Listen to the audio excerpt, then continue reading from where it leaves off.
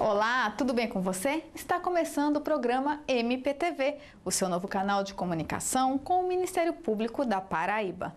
No programa de hoje, você vai ver a terceira e última reportagem da série Na Escola com Respeito, que vai falar sobre o projeto desenvolvido pelo Ministério Público Estadual em parceria com a Universidade Federal da Paraíba para combater a indisciplina e a violência nas escolas através de práticas e da justiça restaurativa. Também vai ver o resultado da intervenção da 2ª Promotoria de Justiça do Meio Ambiente e Patrimônio Social de João Pessoa para garantir aos paraibanos e aos turistas o direito à informação sobre as condições de balneabilidade das praias da capital. No estúdio, vamos receber o advogado Walter Agra, que atua no CNMP, o Conselho Nacional do Ministério Público. Fique com a gente, o MPTV está no ar.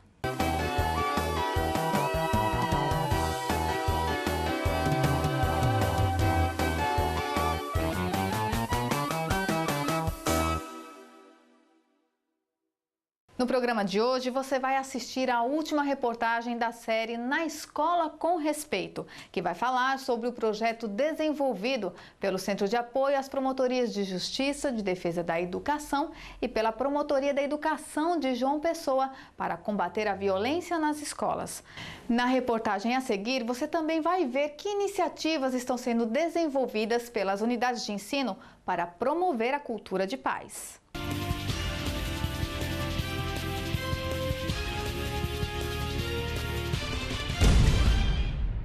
Desentendimentos entre alunos, discussões em sala de aula com professores, rixas entre grupos de estudantes, agressões físicas, verbais e psicológicas. Está instaurado o caos no ambiente escolar. Mas como lidar com toda essa situação? Buscando respostas para essa pergunta, o Ministério Público idealizou o trabalho que dá nome à nossa série, o projeto Na Escola com Respeito, que tem o objetivo de coibir atos infracionais e de indisciplina através do diálogo e mediação de conflitos. O projeto Na Escola com Respeito, ele surgiu devido às demandas recebidas no CAOP da Educação dos casos de indisciplina nas escolas. Em pesquisas para construir e dar o formato desse projeto, eu verifiquei o que há mais de novo na questão de indisciplina na escola, que são as práticas restaurativas. E aí eu incorporei dentro desse projeto a questão das práticas restaurativas na escola. Foi aí que surgiu o projeto Na Escola com Respeito. As técnicas de gerenciamento de conflitos são o cargo-chefe do projeto. A chamada justiça ou prática restaurativa promove a melhoria das relações interpessoais da comunidade escolar com o uso da comunicação não violenta. Como explica esta especialista do MEDIAC, Núcleo de Extensão e Pesquisa em Mediação de Conflitos da Universidade Federal da Paraíba. São práticas, como o próprio nome diz, que tenta restaurar não só os conflitos, mas os vínculos, os relacionamentos entre as pessoas. A nossa cultura ainda atual, de se fazer justiça, é uma cultura muito litigiosa, que enfatiza a punição, vamos vingar, punir. E a gente pensa que, na perspectiva da justiça restaurativa, não é só o delito que deve ser enfatizado, mas o que está por trás dele. Então, que conflitos subjacentes existem por trás de um conflito. Por conta dos altos índices de violência, a Escola Estadual Olivino Olive, aqui no centro da capital, foi escolhida pelo Ministério Público para ser piloto do projeto Na Escola com Respeito. De acordo com a direção, depois da implantação do projeto, os índices de violência diminuíram em mais de 90% na instituição. Aqui, para você ter uma ideia, esse ano nós só tivemos 3 casos de briga e fora da escola. Não é dentro da escola, que antigamente nós chegamos até mesmo a encontrar armas dentro da escola. Tinha aluno aqui que vinha com revólver dentro da bolsa. Tá entendendo? Hoje a gente não encontra mais isso. Hoje a gente encontra uma pessoa harmonizada, uma pessoa mais tranquila, sem aquela violência dentro dela. Isso aí, para mim, chega a mais de 90%, se for fazer uma mensuração do que dos casos que nós tínhamos antes. Os professores participaram do curso de práticas restaurativas promovido pelo CAOP, o Centro de Apoio às Promotorias de Justiça da Educação, e pela Promotoria da Educação de João Pessoa, com o apoio das Secretarias de Educação do Estado e município. Os educadores receberam aulas práticas e teóricas sobre o uso da comunicação não violenta nas relações interpessoais para incentivar a educação multicultural, a aprendizagem de valores, a redução dos preconceitos e a construção da cultura de paz. O encerramento ocorreu em novembro do ano passado no auditório da Procuradoria-Geral de Justiça na capital. Como tivemos essa parte teórica, nós vamos agora para a prática. Nós vamos arregaçar as mangas, vamos dar o suporte, o monitoramento aos colégios que participaram desse curso, para então auxiliá-los na mediação dos conflitos na escola. A universidade vai ter um papel muito importante, porque através do núcleo MEDIAC, de mediação, vai poder ajudar com alunos dos cursos de Direito e Psicologia, esses professores nas suas práticas diárias, cotidianas.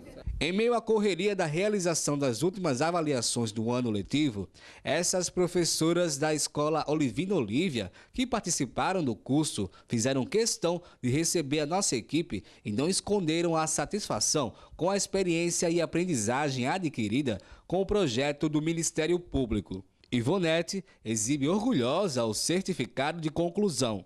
Fui agraciada, como meus colegas. Eu tenho, na sexta-feira, a minha folga. E na quinta-feira, já ia dormir pensando em ir ao curso. Eu sou uma eterna aprendiz, apesar de muito tempo na educação. Todo dia, para mim, é uma novidade. Então, eu vou citar uma frasezinha de Paulo Freire, que sonhar sonhos possíveis. E este foi um sonho possível na minha vida profissional. Fátima considera que o projeto Na Escola com Respeito foi um divisor de águas na carreira de docente. Temos muito que agradecer, né, a doutora Ana Raquel, né, que a gente foi assim, a equipe, né, toda a equipe em nome dela, e a gente foi privilegiado, né, de ter esse projeto aqui na nossa escola, que melhorou muito, a gente está muito satisfeito. As experientes professoras Sofia e Sandra compartilham a opinião positiva das colegas de trabalho. Repito o que Fátima falou, estão de parabéns, para mim foi maravilhoso. Aliás, para todos nós, né? Que a gente não tem nem o que dizer, porque isso não foi bom, não. Tudo foi ótimo. Foi um aprendizado ótimo. Ser mediadora de conflito foi a melhor coisa que aprendemos nesse curso. Com a doutora Ana Raquel, com todo o pessoal que estava lá. De acordo com a secretária de Educação do Estado da Paraíba, Márcia Lucena, projetos como Na Escola com Respeito promovem o fortalecimento das relações no ambiente escolar. O Ministério Público ele tem refletido num papel que é muito próprio da educação também, que é dar um passo atrás, né, e aprofundar a reflexão e o compromisso, que é no que está antes do processo de violência se firmar, né, assim, e a construção de relações de respeito, a construção de relações que envolvam o contexto da disciplina dentro da escola, isso é fundamental para que as coisas não evoluam de forma negativa, né, não evoluam com a distorção que gera a violência. Um trabalho em equipe. De acordo com uma das criadoras do projeto, Valúcia Alencar, pedagoga do CAOP da Educação, esse é o segredo do sucesso do projeto, que mudou completamente o contexto violento do ambiente da escola piloto do projeto. Para ela, os resultados são extremamente gratificantes. É um trabalho de equipe, tanto da equipe pedagógica do CAOP, quanto também da equipe da Promotoria da Educação, porque esse projeto foi implantado inicialmente na Promotoria da Educação de João Pessoa. Então, é com grande satisfação que a gente vê o resultado, porque inicialmente há uma certa resistência dessa parceria de atuação do Ministério Público. É uma quebra de paradigma, porque é uma nova forma de lidar com a questão da indisciplina, dos atos infracionais. O MPTV encerra aqui a sua série de reportagens sobre o problema da violência na educação da Paraíba, mostrando que é possível encontrar soluções para lidar com os diversos conflitos no ambiente escolar com a participação de pais, alunos, professores e a atuação de órgãos como o Ministério Público na sua função de defender a ordem jurídica, o regime democrático e os interesses sociais e individuais indisponíveis. Nós vamos para um rápido intervalo e voltamos já já.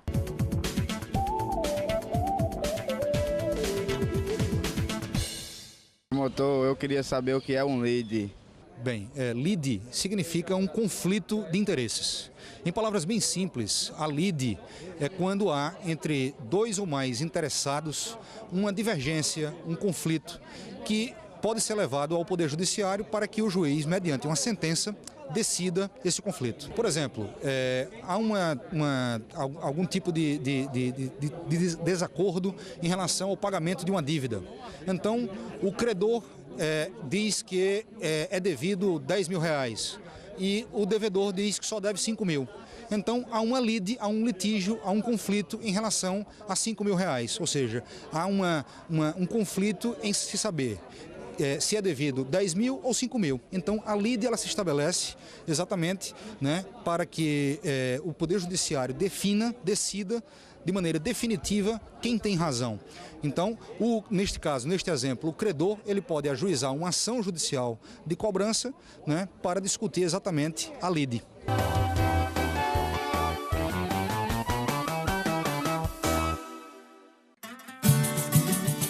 Participa aí de casa, do trabalho ou da rua. Câmara Municipal, essa casa é toda sua. O trabalho feito aqui todo mundo pode ver. Sempre toque é importante pra cidade acontecer. Bote pra fiscalizar, você pode acompanhar na internet e na TV. Se liga no que acontece na Câmara Municipal. Acompanhe as sessões em tempo real. Participe pelas redes sociais. Opine, sugira. Participe aí de casa, do trabalho ou da rua. Câmara Municipal, essa casa é toda sua.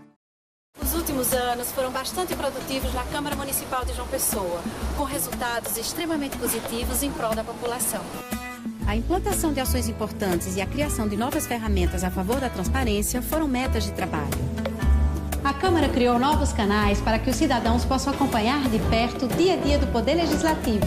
O portal da Câmara está mais interativo e a TV Câmara agora também está sendo exibida em canal aberto. A Escola do Legislativo trouxe novos cursos e parcerias para aperfeiçoar e fortalecer os laços com a sociedade, levando formação política para todos.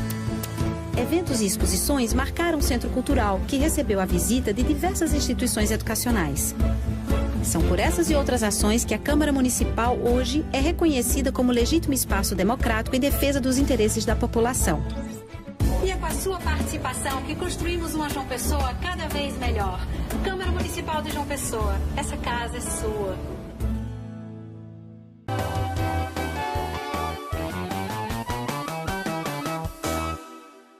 Neste verão, paraibanos e turistas que visitarem as praias de João Pessoa vão se deparar com uma novidade: as placas que indicam se o mar está próprio ou impróprio para o banho e atividades esportivas aquáticas. As placas indicativas de balneabilidade foram instaladas no início de dezembro pela SUDEMA para atender a uma solicitação da 2ª Promotoria de Justiça do Meio Ambiente e do Patrimônio Social da capital. É o que você confere agora. Sol, mar e muita diversão. Esta é a opção de muitos paraibanos e turistas que frequentam as praias do nosso litoral. Mas será que essa imensidão de água está sempre livre de qualquer contaminação? Galerias de esgoto clandestinas, lixo, fezes de animais e resíduos de embarcações comprometem a segurança de quem resolve tomar um simples banho de mar. Para alertar os banhistas desavisados sobre a balneabilidade das praias, o Ministério Público convocou uma audiência com a SUDEMA e, em solução harmoniosa, a Superintendência de Administração do Meio Ambiente deve instalar placas indicativas com informações sobre as condições da água em todas as praias do litoral do estado da Paraíba. A solução mais prática, mais óbvia, mais direta, mais legal, certo? E mais cidadã, foi exatamente essa, exigir do Estado essa identificação in loco, Ou seja, hoje nós estamos juntamente com a SUDEMA, está sendo que não se trata de parceria, se trata de um trabalho em harmonia, certo? Que o Ministério Público não faz parceria com algum, é fiscal da lei, ele faz sim um trabalho harmônico para que se veja cumprida a lei. A primeira placa indicativa foi instalada em uma solenidade na praia do Cabo Branco, na capital. Foi oferecido um café da manhã, distribuição de material educativo e sacolas biodegradáveis. Os banhistas aprovaram a medida. O senhor tem medo? O senhor acha que pode correr um risco de saúde entrando numa praia sem saber que está contaminada? Ah, certo, sem dúvida. Sem dúvida, é bom a gente ter uma noção de onde a gente está, né? Principalmente para as crianças. Qual a avaliação que a senhora faz desse tipo de sinalização alertando as pessoas? Eu acho que deve colocar sim. Tem que colocar, se a praia tá legal. Também já receberam placas as praias do Bessa 1 e 2, Tambaú, Manaíra, Praia do Sol, Seixas, Penha e Gramame.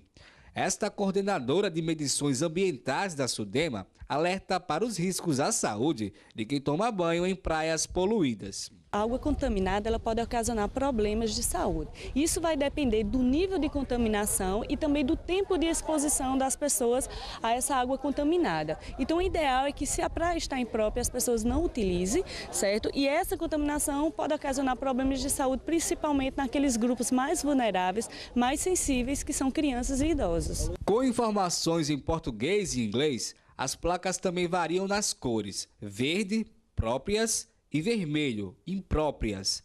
A abrangência equivale a 100 metros à direita e 100 metros à esquerda do local onde a placa foi instalada. Totens como esse no Busto de Tamandaré informam um mapeamento explicativo de como é realizado o monitoramento das águas. Além das praias de João Pessoa, que já passam a contar com a sinalização sobre a balneabilidade neste verão, a SUDEMA decidiu estender a medida para outros municípios do litoral. E placas indicativas também devem ser instaladas até o final do verão nas demais praias da Paraíba. Parabenizo a SUDEMA por estar cumprindo a sua obrigação e por estar fazendo de uma forma prática, harmônica, certo? Atendendo a reclamação do Ministério Público e trazendo a satisfação de todo cidadão pessoense e turístico que tiver, que se sente seguro de saber onde pode entrar ou não para tomar um simples banho de mar. No próximo bloco, não perca a entrevista com o advogado Walter Agra, que atua no CNMP. Ele vai falar sobre a importância do controle externo do Ministério Público brasileiro.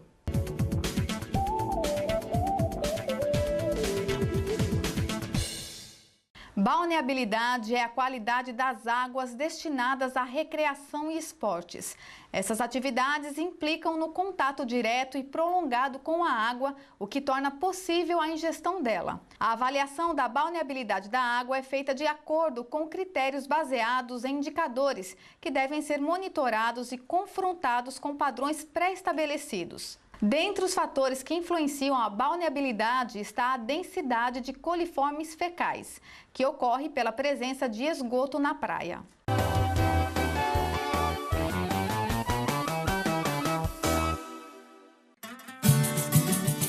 Participa aí de casa, do trabalho ou da rua. Câmara Municipal, essa casa é toda sua. O trabalho feito aqui todo mundo pode ver. Sempre toque é importante pra cidade acontecer. Bote pra fiscalizar, você pode acompanhar na internet e na TV. Se liga no que acontece na Câmara Municipal. Acompanhe as sessões em tempo real. Participe pelas redes sociais. Opine, sugira. Participa aí de casa, do trabalho ou da rua. Câmara Municipal, essa casa é toda sua. Os últimos anos foram bastante produtivos na Câmara Municipal de João Pessoa, com resultados extremamente positivos em prol da população. A implantação de ações importantes e a criação de novas ferramentas a favor da transparência foram metas de trabalho. A Câmara criou novos canais para que os cidadãos possam acompanhar de perto o dia a dia do Poder Legislativo. O portal da Câmara está mais interativo e a TV Câmara agora também está sendo exibida em canal aberto. A Escola do Legislativo trouxe novos cursos e parcerias para aperfeiçoar e fortalecer os laços com a sociedade, levando formação política para todos. Eventos e exposições marcaram o Centro Cultural, que recebeu a visita de diversas instituições educacionais. São por essas e outras ações que a Câmara Municipal hoje é reconhecida como legítimo espaço democrático em defesa dos interesses da população. E a com a sua participação que construímos uma João Pessoa cada vez melhor. Câmara Municipal de João Pessoa, essa casa é sua.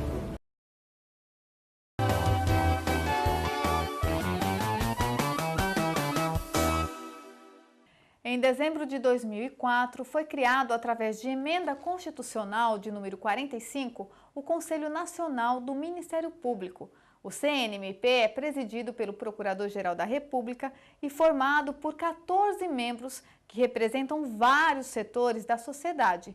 Seu objetivo é fazer o controle externo e garantir a transparência administrativa ao Ministério Público brasileiro.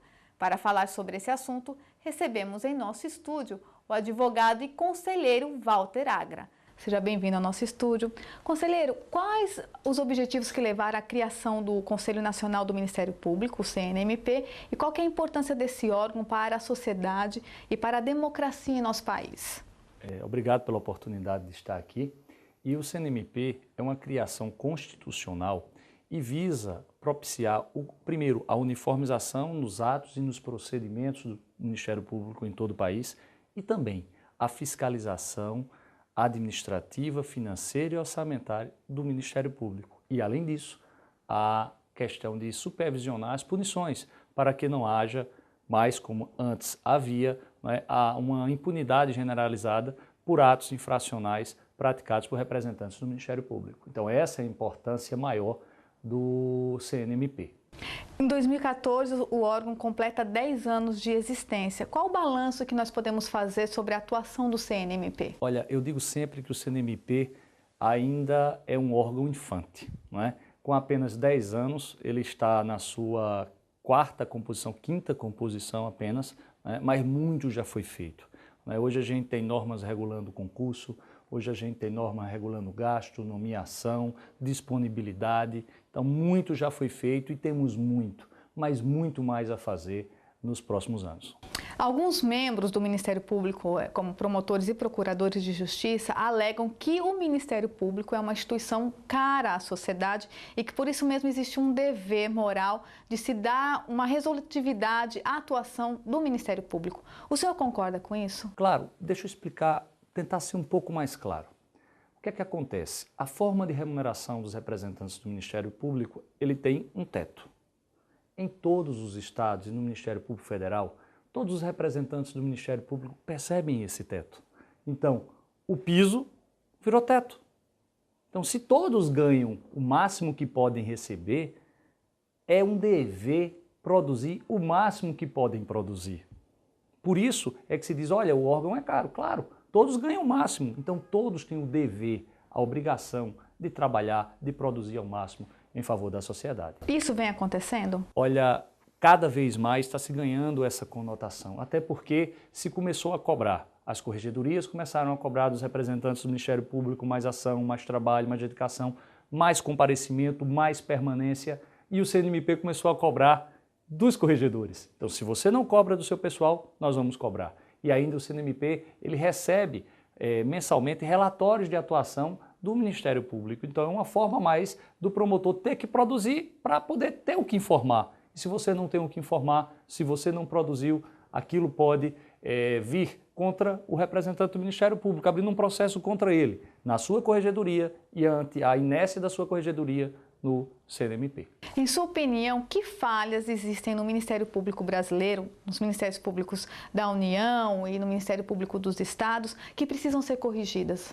Olha, a gente ainda precisa, por exemplo, uniformizar a forma de punição, né? Hoje, cada ente do Ministério Público tem uma forma procedimental para determinados processos, né? E também formas de punições distintas. Então, a gente precisa uniformizar isso aí. A punição ou o procedimento punitivo, né, processualmente falando, na Paraíba tem que ser igual ao do Rio Grande do Sul, ao do Acre, do Amazonas, em Goiás, em qualquer que seja o Ministério Público. Então, é necessário essa uniformização e isso já começou a ser estudado também no CNMP.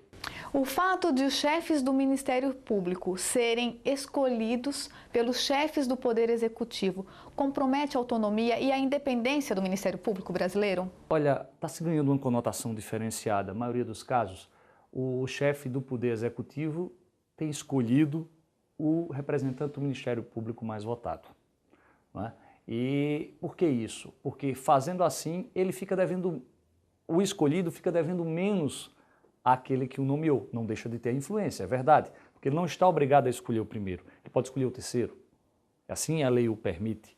Né? Então, mas esta faculdade e essa praxis, ou seja, esse modus operandi de escolher sempre, ou na maioria das vezes o mais votado, dá mais liberdade, dá mais autonomia, dá mais credibilidade ao procurador-geral, porque foi o escolhido da classe. E muitas vezes o governante, quando ele escolhe não aquele mais votado, ele assume, né, um ônus perante a classe. Então, ou seja, ele escolheu aquilo que a classe não queria. Né? E muitos temem um pouco disso também. Mas o ideal era que o próprio Ministério Público escolhesse, assim como ocorre com a magistratura, né, escolhesse o seu procurador-geral. Em 2013, nós tivemos aí a discussão sobre a PEC 37, que acabava com o poder de investigação do Ministério Público no Brasil. Qual a avaliação? O projeto acabou sendo arquivado no Congresso, né? Qual a avaliação do senhor? O senhor é a favor do poder de investigação do Ministério Público? Sim, eu sou a favor do poder de investigação do Ministério Público. E dizia à época que aquela emenda ela nascia natimorta. Por que natimorta? Natimorta porque se você vedava o Ministério Público fazer investigação na seara penal, e ela versava apenas na seara penal, ele tinha uma outra enorme gama de procedimentos para investigar. Ele podia investigar, por exemplo, no inquérito civil público. E o mesmo fato, ele pode dar ensejo a um fato, a uma represária criminal, administrativa ou civil. Então, com aquela investigação civil, ele podia se basear para ingressar com a ação penal. Então, o fato de limitar em uma esfera não iria limitar a atuação do Ministério Público. Tudo bem, na área penal ia dar poder a quem eu entendo que não tinha, que era, nesse caso, a autoridade policial. Mas, em boa hora, a população e as duas casas do Congresso Nacional tiveram por bem em arquivar aquela PEC. Atualmente, nós temos a proposta de emenda constitucional de número 75 em tramitação, que acaba com a aposentadoria compulsória dos membros do Ministério Público que cometerem falhas consideradas graves. Qual a avaliação do senhor sobre isso? Imprescindível e absolutamente necessária. E essa PEC, ela não acaba aquela punição da aposentadoria compulsória, ela cria uma oportunidade a mais de punição, que é o quê? A demissão. Então, o que é que temos hoje? Aquele que comete uma infração muito grave, sua punição maior é, tudo bem, você vai para casa, você continua sendo promotor e vai receber proporcional ao teu tempo de serviço. Essa é a punição mais severa. O projeto não acaba essa punição, ele cria uma outra mais severa, que é o quê? A possibilidade de você ser excluído, de você ser mandado para casa sem absolutamente nada. Então, como ocorre com o servidor público. O servidor público, no modo em geral, ele pode ser demitido do serviço público, a bem do serviço público. Depois, óbvio, do processo administrativo. E por que não com os agentes políticos? Uhum. Isso consagra um papel mais importante ao CNMP? Isso consagra um papel mais importante ao Ministério Público, porque o primeiro a verificar isso aí é o próprio Ministério Público em suas corregedorias. O CNMP só age diante da inércia do Ministério Público, né, nas suas corregedorias e na sua administração. Diante dessa inércia ou do abuso, aí sim o CNMP pode e deve ser provocado. O senhor é o primeiro paraibano a integrar como conselheiro o CNMP. Como que encara essa experiência? Olha, foi um desafio, tem sido um desafio inovador e imprevisto por muitos. Causou alguma surpresa no ramo jurídico e também no Ministério Público. A Paraíba chega aí como se chega, né? E o que me deixa bem confortado é que não se trata de uma nomeação política, de um cargo político, é uma representação de classe, tá certo? Então eu estou chegando ali porque fui escolhido por 27 seccionais como representante da OAB federal naquele conselho. Então é uma responsabilidade a mais, porque eu não represento apenas os advogados da Paraíba que me elegeram conselheiro federal, mas eu represento os advogados de todo o país que, através dos seus representantes no Conselho Federal, nos escolheram. Então, é um grande desafio e serve, sobretudo, para mostrar aos paraibanos, os operadores de direito paraibano, que é possível e é necessário que a Paraíba, pouco a pouco, ocupe cada um desses espaços no cenário nacional. Atualmente o senhor integra a Comissão de Acompanhamento Legislativo e Jurisprudência do CNMP. O que faz essa comissão? Quais trabalhos estão sendo avaliados atualmente por essa comissão? Por exemplo, essa comissão é importante porque ela quem verifica, faz a análise primeira dos procedimentos. Por exemplo, essa comissão vem fazendo um trabalho sobre a forma de procedimental para processos, por exemplo, de sindicâncias e de processos administrativos como um todo, em todos os Ministérios Públicos. Para quê? Porque o CNMP, em breve, em muito breve, ele vai apresentar uma norma uniformizando isso, uniformizando, como eu falava anteriormente, este procedimento. Então, esse estudo inicial é feito nessa comissão, além de subsidiar os membros do CNMP e os membros do Ministério Público sobre a jurisprudência consolidada no CNMP, tá certo? Então, é como uma forma também de orientação do modus operandi, de o que fazer ou como fazer para o Ministério Público de todo o Brasil. Para finalizar, eu gostaria que o senhor explicasse ao cidadão em que situações ele pode acionar o CNMP, que fica em Brasília, né, bom que se diga, e como fazer isso. Olha, o cidadão ele pode utilizar a internet, ele pode utilizar a ouvidoria, tá certo? É guardado, resguardado o sigilo do noticiante ou do denunciante. Ele também pode fazê-lo de forma expressa, ou seja, com a sua própria identificação. E o que é que ele pode fazer? Ele pode representar o representante do Ministério Público por inércia, ou seja, naqueles casos em que houve a representação, houve a provocação do Ministério Público e ele está ali silente, calado, quieto por mais de 60 dias. Ora, não é normal. Então, é um grande remédio essa representação por inércia, né? Junto ao CNMP tem dado grande resultado. Pode também buscar representar para que seja instaurado processo administrativo para o representante do Ministério Público que extrapola os seus deveres ou as suas prerrogativas no exercício de sua função. Há pouco tempo foi divulgado nas redes sociais um fato ocorrido com um desembargador aqui no Rio Grande do Norte, né? Então ele cometeu o quê? Um abuso de autoridade. Isso também, caso seja cometido por um representante do Ministério Público, pode também haver essa denúncia, haver a instauração desse procedimento para que seja apurado e punido pelo CNMP. E eu gostaria também de informar que o CNMP tem sido, nessa nova composição, muito duro, muito sério no que se toca ao cumprimento dos deveres do Ministério Público e, por conseguinte, na punição para aqueles que se desviam desse desiderato. Ok, muito obrigada pela sua participação.